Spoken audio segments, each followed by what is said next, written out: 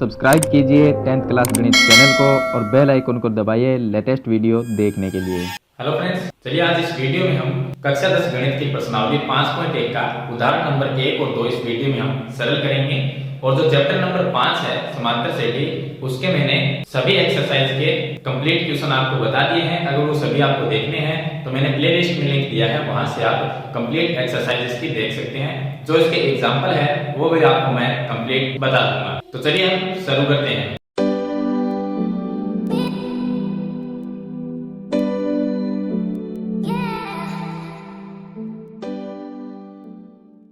तो देखिए यहाँ पर हमें प्रश्नावली जो 5.1 है उसका उदाहरण नंबर 1 लिखा गया है। इसके अंदर हमें एक समांतर श्रेणी यानी एक पी अर्थमेटिक प्रोग्रेशन यानी समांतर श्रेणी दी गई है।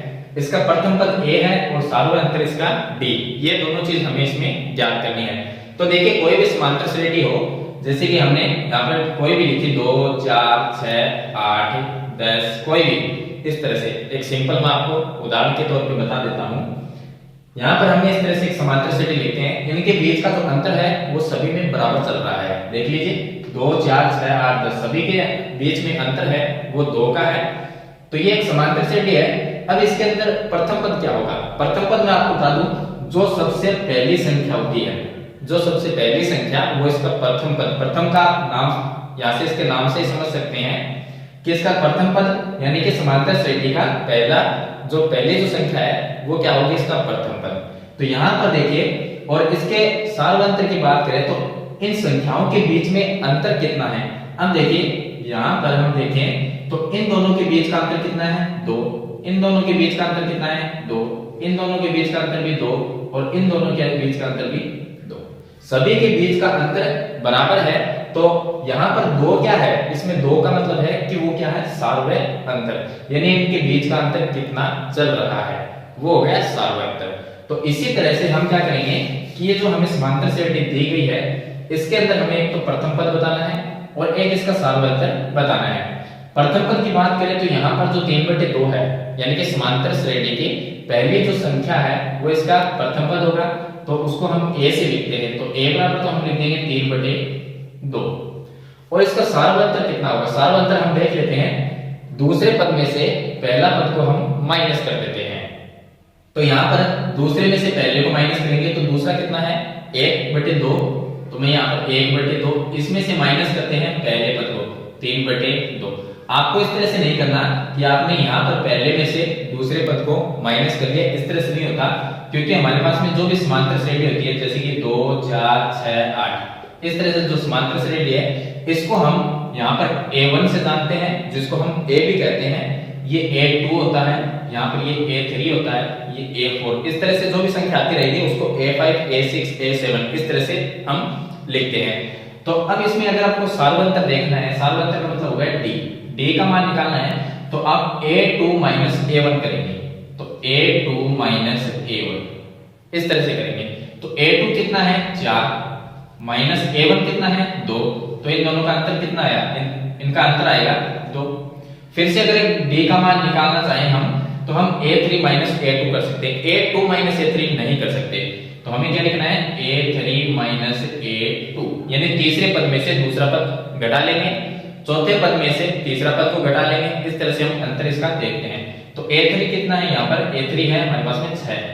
यहाँ पर लिख देते हैं माइनस A2 का मान है 4, तो अंतर कितना है? 2। अंतर है वो इनका बराबर रहना चाहिए, D का जो मान है वो बराबर रहना चाहिए। यहाँ पर हम देखते हैं D का जो मान निकालेंगे, D का मान कितना आता है? तो 1/2 माइनस 3/2। आप इसको सरल कर लीजिए, नीचे 2 है तो कितना आएगा? 1 माइनस 3/2। अब इसका लघुत्तम लेंगे तो भी 2 ही आएगा, तो 1 माइनस 3/2 कितना आया? माइनस 2/2। अगर मैं इसको काट देता हूं तो कितना है? -1। D का मान आया -1। चलिए एक बार फिर से निकाल लेते हैं हम D का मान। हमने क्या किया था? इसमें से ये माइनस किया था, इसमें से ये माइनस कर लेते हैं। तो अब देखिए ये जो आगे वाली संख्या है ये माइनस में है, ये भी माइनस में है, यहाँ पे ये प्लस में है, ये दोनों माइनस में है। तो अगर हम -1/2 इसमें से माइनस करते हैं 1/2 को, -1/2 यानी ये हो गया A3 और ये हो गया, देखिए ये A1, A2, A3, A4 इस तरह से A3 माइनस A2 करेंगे A3 कितना है -1/2 वो लिख दिया, फिर माइनस का चिन्ह तो आना ही है, फिर A2 का मान कितना है 1/2 वो लिख दिया। अब आप इसको सरल कर लीजिए, ये -1 और -1/2 आएगा, कितना हुआ -2/2। अगर इसको हम काट देते हैं तो उत्तर क्या आएगा -1। डी का जो मान है वो दोनों तरफ बराबर है। एक बार और ज्ञात कर सकते हैं, A4 -A3 करेंगे तो भी क्या आएगा -1 आएगा। तो इसका मतलब डी का जो मान है डी बराबर वो है -1।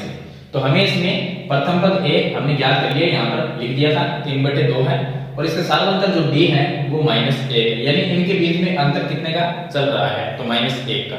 अगर अंतर बराबर रहता है इसका मतलब ये एक समांतर श्रेणी है, अगर अंतर इसका बराबर नहीं है तो ये एक समांतर श्रेणी नहीं है।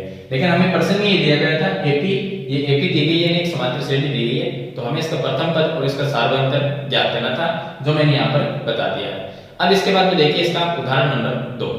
अब देखिए इसका प्रश्न नंबर 2 है, जो उदाहरण नंबर 2 है उसमें दिया कि कौन कौन AP नहीं है, यानी कि ये जो हमें 4 प्रश्न इसमें दिए गए हैं इनमें से कौन सा समांतर श्रेणी में नहीं है वो भी हमें बताना है। अगर इनमें से AP है, अगर इनमें से समांतर श्रेणी में है तो उसके दो आगे वाले पद जो है वो हमें ज्ञात करने हैं।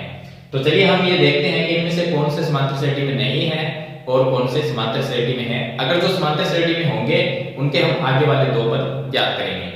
तो देखिए प्रश्न नंबर 1 लेते हैं। प्रश्न नंबर 1 जो है इसका, उसमें दिया गया है हमें 4, 10, 16 और 22, ये हमें दिया गया है। अब ये A1, A2, A3, A4, तो मैं यहां पर लिख देता हूं A1, A2, A3, A4, इस तरह से हमें दिया गया है।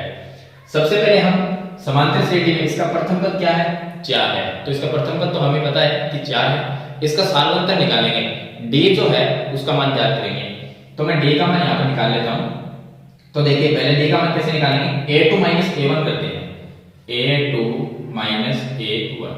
अब A2 का मान है 10 माइनस, और A1 का जो मान है, चलिए मैं इसके नीचे लिख देता हूं यहां पर, ये A2 A1, A2 का मान है 10 और माइनस कर देंगे A1 का मान 4, तो इसका उत्तर कितना आया 6 है। आगे हम याद करेंगे A3 A2 करते हैं। हमें अगर एक हम करें, जैसे कि हमने A2 A1 कर लिया और हमने ये देख लिया कि यहाँ पर 6 है, कोई जरूरी नहीं है कि ये समांतर श्रेणी में हो, हमें A3 A2 भी करके देखना है, A4 A3 भी करना है, क्योंकि हमें क्या पता इन दोनों संख्याओं के बीच का अंतर अगर 6 है तो आगे वाली का ना हो, तो इसलिए हम A3 A2 करेंगे। A3 का मान है 16 और A2 का मान है 10, तो इसका भी आंसर आएगा 6। उसके बाद में A4 A3 करेंगे, A4 A3 करेंगे, तो देखिए A4 का मान है यहाँ पर 22 माइनस A3 का मान है 16, तो यहाँ पर भी इसका उत्तर आएगा 6। तीनों जगह हमारे पास में इसका आंसर है, यानी जो D का मान है वो अगर बराबर आता है, तीनों जगह बराबर आता है, तभी हम ये लिखेंगे कि D का मान इसमें 6 है। तो अब देखिए यहाँ पर D का मान हमने ज्ञात कर लिया, तो ये क्या है जो हमें संख्याएं दी गई है, ये समांतर श्रेणी में है। अगर ये समांतर श्रेणी में है तो इसके अगले दो पद हमें ज्ञात करने हैं, आगे वाले कौन से करने हैं, A1 A2 A3 A4 तक तो है, हमें ज्ञात करना है A5 और A6। अब देखिए A5 कैसे ज्ञात होगा, हमें A5 ज्ञात करना है। अब हम ये जानते हैं कि A3 से A4 कैसे आया, देखिए A1 से A2 कैसे आया, A1 कितना है 4 में हमने 6 को प्लस किया तो 10 आ गया, यानी A2 आ गया। अब A2 से A3 कैसे आएगा, 10 में 6 प्लस किया 16 आया, 16 में 6 प्लस किया तो क्या आया 22 आया। अब देखिए इसका मतलब ये हुआ कि हम इसके अंदर जो सार्वंतर 6 है उसको हम प्लस करते जा रहे हैं। अब हम क्या करेंगे, जो 22 है उसमें भी 6 को प्लस करेंगे, फिर जो आएगा उसमें भी 6 को प्लस करेंगे, क्योंकि हमारा जो अंतर क्या है वो 6 है। तो A5 का मतलब कैसे ज्ञात करेंगे, जो A4 है इसका फॉर्मूला ये है कि A जो 4 है 22 उसके अंदर हम अंतर को प्लस करते हैं तो सार्वंतर D होता है, तो प्लस हम करते हैं D, इस तरह से इसका फॉर्मूला बन जाता है। तो A4 का मान है 22 और इसमें प्लस कर देंगे D को जिसका मान है 6, तो ये हमारे पास आ जाएगा 28, ये आ जाएगा 28। और A6 निकालेंगे क्योंकि हमें दो पद ज्ञात करने हैं। A6 कैसे ज्ञात होगा, जो A5 आया है उसके अंदर हम D को प्लस करेंगे, तो मैं लिख देता हूं A5 प्लस D। A5 का मान कितना है 28 है उसके अंदर मैं प्लस कर दूंगा डी का मान जो कि हमने 6 ज्ञात किया है। तो 28 अच्छा यहाँ पर हो जाते हैं हमारे पास में 34। तो इस तरह से हम A5 और A6 यानी आगे वाले दो पद ज्ञात करेंगे। चलिए इसका दूसरा क्वेश्चन देखिए, ये इसमें हमें दिया गया है 1 -1।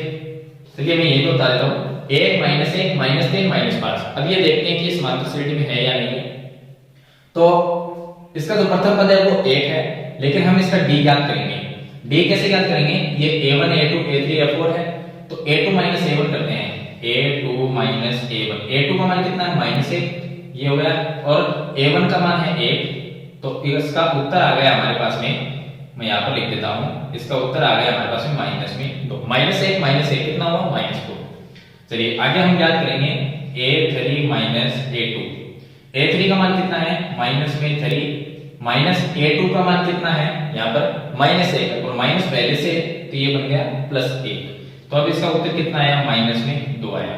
चलिए आगे हम ज्ञात करेंगे, a3 तक हमने कर लिया।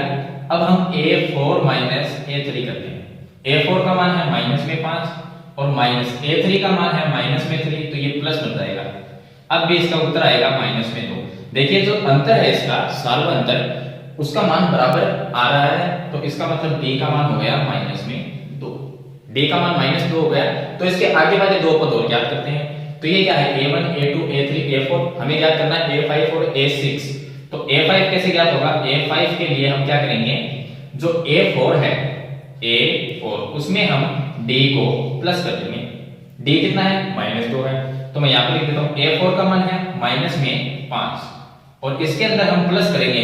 प्लस कितना करेंगे? हमें करना है प्लस। d का मान क्या है? -2, तो मैं इसको एक बार ब्रैकेट में लिख देता हूँ। आगे कितना आएगा? -5 और -2 आएगा, -2। तो ये कितना आ गया? -7 आएगा। a5 का जो मान है वो -7, क्योंकि इसके बाद में क्या आएगा आप देख लीजिए। देखिए -1 से -3 कैसे मिला? जब हमने -2 को इसमें प्लस किया। -3 से -5 कैसे बना? जब इसमें -2 को प्लस किया। फिर -5 में -2 प्लस करेंगे तो -7 आएगा, यानी a5 का मान। इसके बाद में क्या आना चाहिए? -9 आना चाहिए। तो चलिए a6 और हम ज्ञात कर लेते हैं। तो मैं यहाँ पर बता देता हूँ a6 के लिए जो a5 है उसके अंदर हम d को जोड़ देंगे। तो यहाँ पर a5 का मान कितना है? -7, ये हो गया। और इसमें हमें जोड़ना है d का मान। d का मान यहाँ पर है -2, तो मैं यहाँ पर इसमें प्लस कर देता हूँ -2। अब ये कितना हो गया? -9 होगा, क्योंकि प्लस माइनस क्या होता है? माइनस होता है, तो ये आएगा -9। तो ये हो गया a5 का मान और ये हो गया a6 का। तो इस तरह से हम आगे वाले दो पद है वो ज्ञात करेंगे। उसके बाद में देखिए यहाँ पर एक ये है 3 नंबर और एक ये है 4 नंबर। अब इनको देखने से पता चलता है कि ये जो हमें संख्याओं की सूची दी गई है ये समांतर श्रेणी में नहीं है। तो अब देखिए इसका जो 3 नंबर है उसमें देखिए यहाँ पर हमें दिया गया -2 + 2 -2 + 2 -2। तो हम एक बार निकाल के इसका देख लेते हैं। हमें निकालना है d का मान। d का मान कैसे निकालेंगे? a2 - a1 कर देते हैं। a2 का मान है 2 माइनस a1 का जो मान है वो -2 है, तो माइनस पहले से तो ये प्लस में 2 गया, ये आ गया 4। चलिए उसके बाद में हम लिखते हैं a3 - a2। a3 का मान कितना है? -2 और -a2 का मान कितना है? यहाँ पर +2, तो मैं लिख देता हूँ 2। तो ये कितना हो गया? -4। अब देखिए ये आया +4, ये आया -4। इसका मतलब यहाँ पर जो d का मान है वो बराबर नहीं है। तो ये जो हमें संख्याओं की सूची दी गई है ये AP में नहीं है, तो हम इसका लिए लिख देंगे कि AP में नहीं है, क्योंकि ये +4 और ये -4। आगे सरल करेंगे फिर से +4 आ जाएगा। तो इस तरह से जो d का मान अलग अलग होता है, बराबर नहीं होता, तो वो जो संख्याओं की सूची हमें दी गई होती है वो समांतर श्रेणी में नहीं होती है। अब इसका 4 नंबर देखिए, क्वेश्चन नंबर 4। इसमें देखिए यहाँ पर 1 प्लस में दी गई सभी संख्याएं, तो हम निकाल लेते हैं कि a2 - a1 कर देते हैं। a2 कितना है? 1 और a1 कितना है? 1, यानी कि 1 - 1 क्या आया? 0। उसके बाद में a3 - a2 लिखते हैं। a3 का मान कितना है? 1, a2 का मान 1, 1 - 1 कितना होगा? 0, तो 1 - 1 0। अभी तक ये बराबर चल रहा है, यहाँ पर भी 0 है, यहाँ पर भी 0 है। आगे देखते हैं क्या आता है। उसके बाद में हम निकालेंगे a4 - a3 ये करेंगे। A4 का मान है 2 और A3 का मान है 1, तो ये आएगा 2 माइनस 1, कितना आया?